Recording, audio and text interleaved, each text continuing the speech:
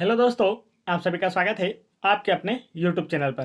दोस्तों, आज हम पढ़ने वाले हैं एमपी पुलिस एग्जाम 2021 की तैयारी के लिए मॉडल सेट पेपर 49, जिसमें जीके जीएस साइंस और एमपी जीके के महत्वपूर्ण प्रश्न लिए गए हैं, जो कि आने वाली एमपी पुलिस एग्जाम 2021 की दृष्टि से बहुत इंपॉर्टेंट है।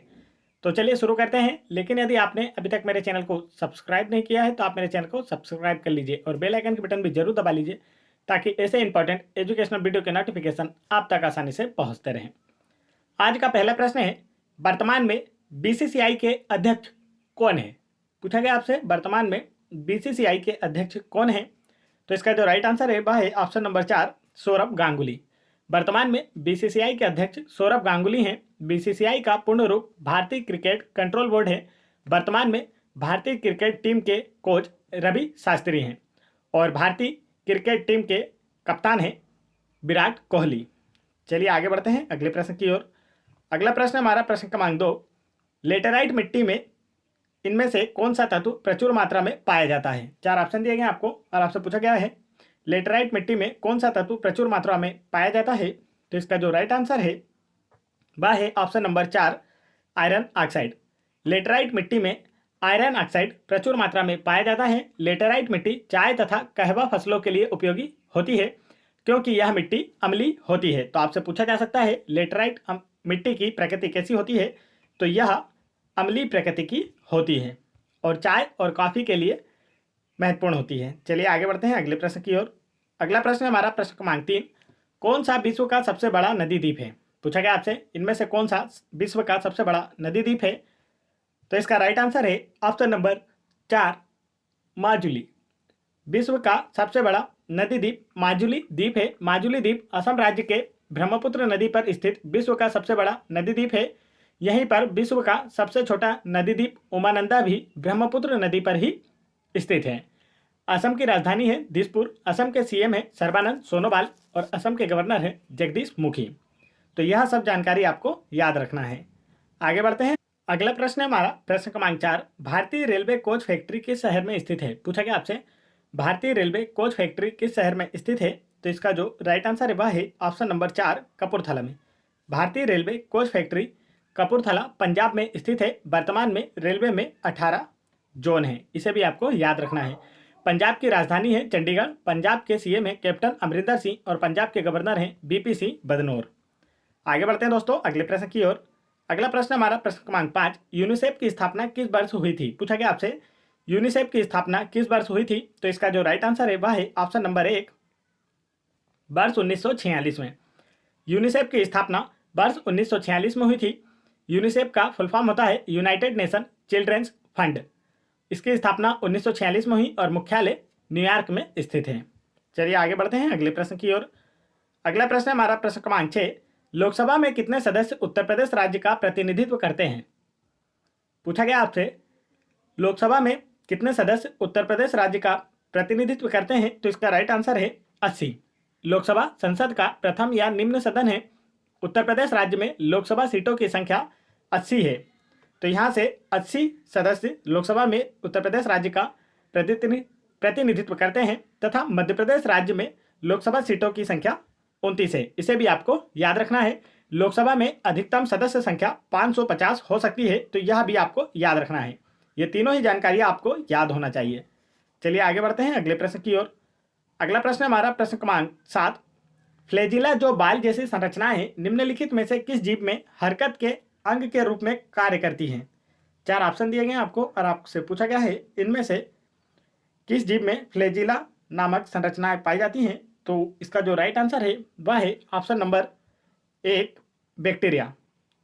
फ्लैजिला जो बाल जैसी संरचनाएं हैं, बैक्टीरिया में हरकत के अंग के रूप में कार्य करती है। जीवाणु की खोज एंटोनी वान ल्यूवेनहाक ने की थी। जीवाणुओं का अध्ययन बैक्टीरियोलॉजी कहलाता है। चलिए आगे बढ़ते हैं अगले प्रश्न की ओर। अगला प्रश्न हमारा प्रश्न क्रमांक 8, वर्तमान ओजोन दिवस कब मनाया जाता है? पूछा गया आपसे, अंतर्राष्ट्रीय ओजोन दिवस कब मनाया जाता है? तो इसका जो राइट आंसर है वह है ऑप्शन नंबर 4, 16 सितंबर को। प्रत्येक वर्ष अंतर्राष्ट्रीय ओजोन दिवस 16 सितंबर को मनाया जाता है। ओजोन परत सूर्य से आने वाली पराबैंगनी किरणों से पृथ्वी के जीव जंतु व पौधों की रक्षा करती है। आगे बढ़ते हैं अगले प्रश्न की ओर। अगला प्रश्न हमारा प्रश्न क्रमांक 9, जुलाई 2019 में प्रक्षेपित चंद्रयान-2 नामक अंतरिक्ष यान का वजन कितना था? पूछा गया आपसे जुलाई 2019 में प्रक्षेपित चंद्रयान-2 नामक अंतरिक्ष यान का वजन कितना था? तो इसका जो राइट आंसर है वह है ऑप्शन नंबर 4, 3.8 टन। चंद्रयान-2 जो कि 22 जुलाई 2019 को श्रीहरिकोटा रेंज से सफलतापूर्वक प्रक्षेपित किया गया था, उसका वजन 3.8 टन था। इसमें आर्बिटर, लैंडर विक्रम और रोवर प्रज्ञान भी शामिल थे। चलिए आगे बढ़ते हैं अगले प्रश्न की ओर। अगला प्रश्न हमारा प्रश्न क्रमांक 10, जनवरी 2020 तक की स्थिति के अनुसार भारत के सबसे युवा शतरंज ग्रैंड मास्टर का खिताब किसके नाम था? पूछा गया आपसे जनवरी 2020 तक की स्थिति के अनुसार भारत के सबसे युवा शतरंज ग्रैंड मास्टर का खिताब किसके नाम था? तो इसका राइट आंसर है option number 4, D Gukesh. D Gukesh Bharat के सबसे युवा शतरंज ग्रैंड मास्टर हैं और गुकेश का जन्म 29 जुलाई 2006 को तमिलनाडु में हुआ था। चलिए आगे बढ़ते हैं अगले प्रश्न की ओर। अगला प्रश्न हमारा प्रश्न क्रमांक 11, मेखला चादर किस राज्य का पारंपरिक परिधान है? पूछा गया आपसे मेखला चादर किस राज्य का पारंपरिक परिधान है? तो इसका जो राइट आंसर है वह है ऑप्शन नंबर 1, असम राज्य का। मेखला चादर असम राज्य का पारंपरिक परिधान है। असम राज्य की राजधानी है दिसपुर। असम के सीएम है सर्बानंद सोनोवाल और असम के गवर्नर हैं जगदीश मुखी। चलिए आगे बढ़ते हैं अगले प्रश्न की ओर। अगला प्रश्न हमारा, सचिन तेंदुलकर ने अपने किस मैच में अपना पहला एक दिवसीय अंतर्राष्ट्रीय शतक बनाया था? पूछा गया आपसे सचिन तेंदुलकर ने अपने किस मैच में अपना पहला एक दिवसीय अंतर्राष्ट्रीय शतक बनाया था? तो इसका राइट आंसर है ऑप्शन नंबर 3, 78वें। सचिन तेंदुलकर ने अपने 78वें मैच में अपना पहला एक दिवसीय अंतर्राष्ट्रीय शतक बनाया था। सचिन तेंदुलकर को क्रिकेट का भगवान भी कहा जाता है। उनकी बुक का नाम है प्लेइंग इट माई वे, तो इसे भी आपको याद रखना है। इनकी बुक का नाम पूछा जाता है आपसे, प्लेइंग इट माई वे। चलिए आगे बढ़ते हैं अगले प्रश्न की ओर। अगला प्रश्न हमारा प्रश्न क्रमांक 13, शेरशाह सूरी का मकबरा कहाँ स्थित है? पूछा गया आपसे शेरशाह सूरी का मकबरा कहाँ स्थित है? तो इसका जो राइट आंसर है वह है ऑप्शन नंबर 2, सासाराम में। शेरशाह सूरी का मकबरा सासाराम में स्थित है। शेरशाह ने जीटी रोड अर्थात ग्रैंड ट्रंक रोड तथा रोहतासगढ़ किला और किला एक कोहना का निर्माण करवाया था। वह सूरी वंश का संस्थापक था। चलिए आगे बढ़ते हैं अगले प्रश्न की ओर। अगला प्रश्न हमारा प्रश्न क्रमांक 14, किरबा गॉड्स ऑन कंट्री पुस्तक के लेखक कौन है? आपसे पूछा गया है किरबा गॉड्स ऑन कंट्री पुस्तक के लेखक कौन है? तो इसका जो राइट आंसर है वह है ऑप्शन नंबर 4, शशि थरूर। इस बुक के राइटर हैं शशि थरूर। और इसके अतिरिक्त इनकी एक और बुक है द पैराडॉक्सिकल प्राइम मिनिस्टर, जो कि काफ़ी प्रसिद्ध है और एग्जाम्स में पूछी जाती है, तो इसे भी आपको याद रखना है। आगे बढ़ते हैं अगले प्रश्न की ओर। अगला प्रश्न हमारा प्रश्न क्रमांक 15, निम्नलिखित में से कौन सी पेंशन योजना भारत सरकार द्वारा विशेष रूप से मई 2017 में वरिष्ठ नागरिकों के लिए शुरू की गई? पूछा गया आपसे निम्नलिखित में से कौन सी पेंशन योजना भारत सरकार द्वारा विशेष रूप से मई 2017 में वरिष्ठ नागरिकों के लिए शुरू की गई? तो इसका राइट आंसर है ऑप्शन नंबर 1, प्रधानमंत्री वय वंदना योजना भारत सरकार द्वारा घोषित एक पेंशन योजना है जो विशेष रूप से 60 वर्ष से अधिक आयु के व्यक्तियों के लिए शुरू की गई थी। तो इसका फुल फॉर्म भी आप याद रखें, प्रधानमंत्री वय वंदना योजना। आगे बढ़ते हैं अगले प्रश्न की ओर। अगला प्रश्न हमारा प्रश्न क्रमांक 16, कंप्यूटर शब्दावली में निबल को क्या कहा जाता है? 4 ऑप्शन दिए गए आपको और आपसे पूछा गया है कंप्यूटर शब्दावली में निबल को और क्या कहा जाता है? तो इसका राइट आंसर है ऑप्शन नंबर 3, आधा बाइट।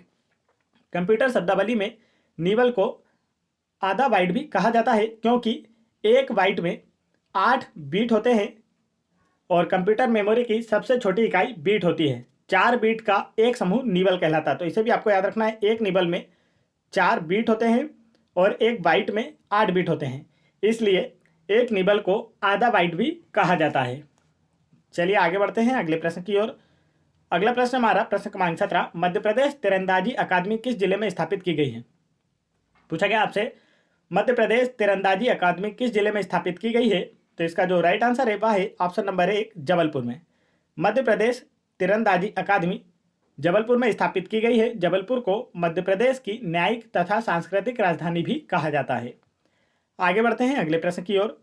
अगला प्रश्न हमारा प्रश्न क्रमांक 18, ट्विटर के सह संस्थापक कौन है? पूछा गया आपसे ट्विटर के सह संस्थापक कौन है? तो इसका जो राइट आंसर है वह है option number 3, Jack Dorsey. Twitter के सह संस्थापक जैक डॉर्सी है।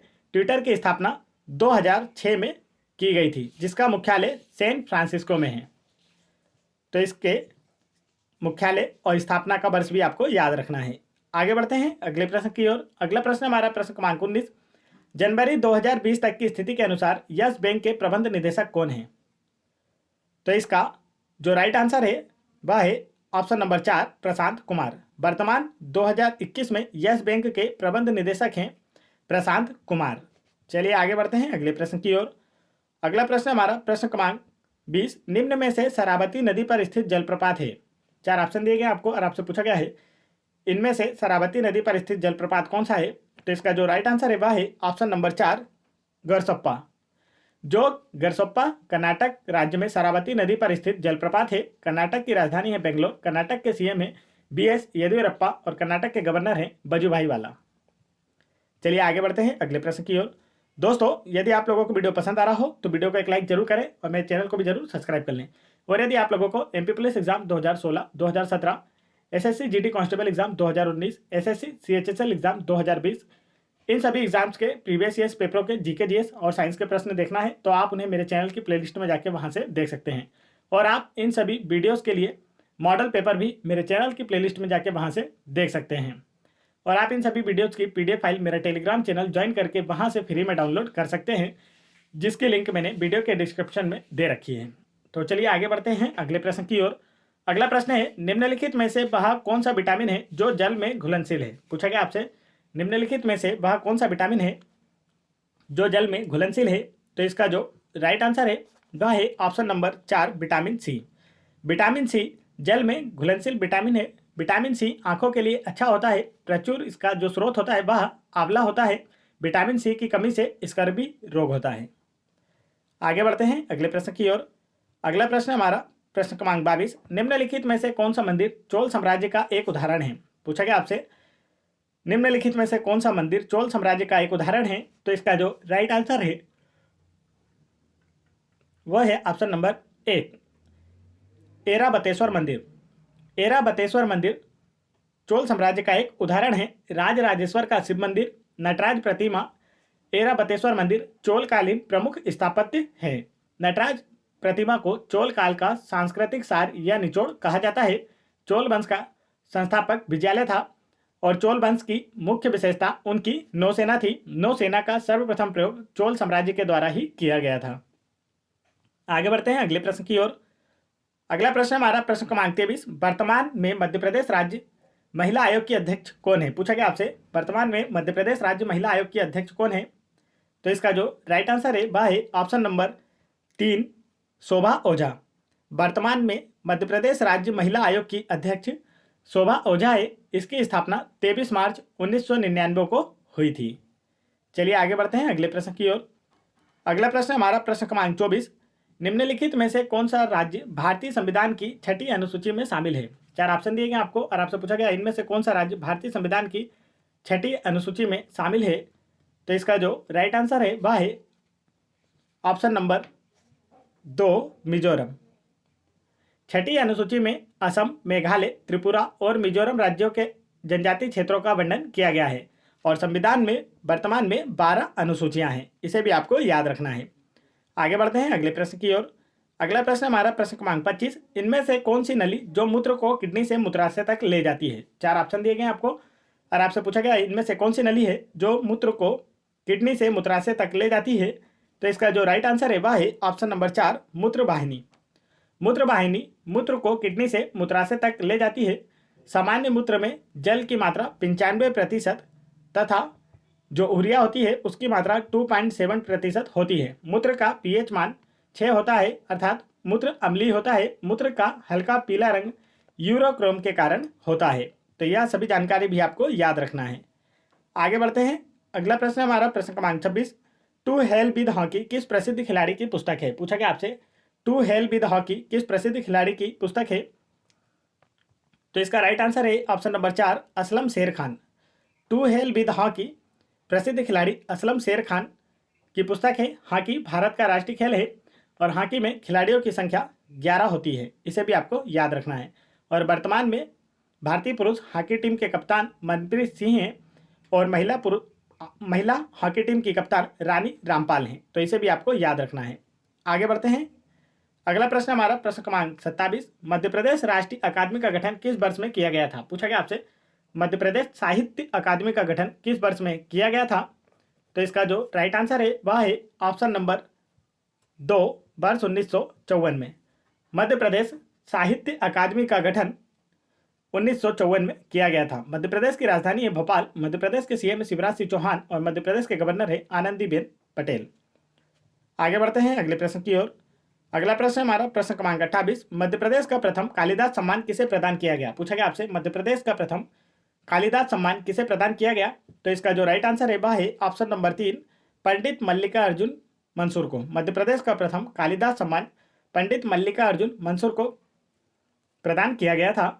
कालिदास के बचपन का नाम रामबोला था, इसे भी आपको याद रखना है। और कालिदास चंद्रगुप्त विक्रमादित्य के 9 रत्नों में से एक थे। आगे बढ़ते हैं अगले प्रश्न की ओर। अगला प्रश्न हमारा प्रश्न क्रमांक 29, डॉक्टर कैलाश काटजू पुरस्कार किस क्षेत्र में प्रदान किया जाता है? पूछा गया आपसे डॉक्टर कैलाश काटजू पुरस्कार किस क्षेत्र में प्रदान किया जाता है? तो इसका राइट आंसर है ऑप्शन नंबर 4, पुरातात्विक शोध क्षेत्र में। डॉक्टर कैलाश काटजू पुरस्कार पुरातात्विक शोध क्षेत्र में प्रदान किया जाता है। कैलाश नाथ काटजू मध्य प्रदेश के तीसरे मुख्यमंत्री थे। आगे बढ़ते हैं अगले प्रश्न की ओर। अगला प्रश्न हमारा प्रश्न क्रमांक 30, कौन सा अभ्यारण्य भारत में एशियाई शेर का घर है? 4 ऑप्शन दिए गए आपको और आपसे पूछा गया है इनमें से कौन सा अभ्यारण्य भारत में एशियाई शेरों का घर है? तो इसका जो राइट आंसर है वह है ऑप्शन नंबर 1, गिर राष्ट्रीय उद्यान। गिर वन राष्ट्रीय पार्क या गिर राष्ट्रीय उद्यान को भारत में एशियाई शेरों का घर कहा जाता है। गिर राष्ट्रीय उद्यान गुजरात राज्य में स्थित है। गुजरात की राजधानी है गांधीनगर। गुजरात के सीएम हैं विजय रूपानी और गुजरात के गवर्नर है आचार्य देवव्रत। चलिए आगे बढ़ते हैं अगले प्रश्न की ओर। दोस्तों यहाँ पर मैंने आप लोगों के लिए क्विज रखी है जिसका आंसर आप लोगों को मुझे कमेंट करके बताना है। आज की क्विज है, निम्नलिखित में से कौन सी नदी पश्चिम की ओर नहीं बहती है? 4 ऑप्शन दिए गए आपको और आपसे पूछा गया इनमें से कौन सी नदी पश्चिम की ओर नहीं बहती है? तो इसका राइट आंसर आप लोग मुझे कमेंट करके जरूर बताएं। और वीडियो पसंद आया हो तो वीडियो को एक लाइक जरूर करें और इसे अपने दोस्तों में भी जरूर शेयर करें और मेरे चैनल को भी जरूर सब्सक्राइब कर लें ताकि ऐसे इंपॉर्टेंट एजुकेशनल वीडियो आप तक पहुंचते रहें। जय हिंद दोस्तों।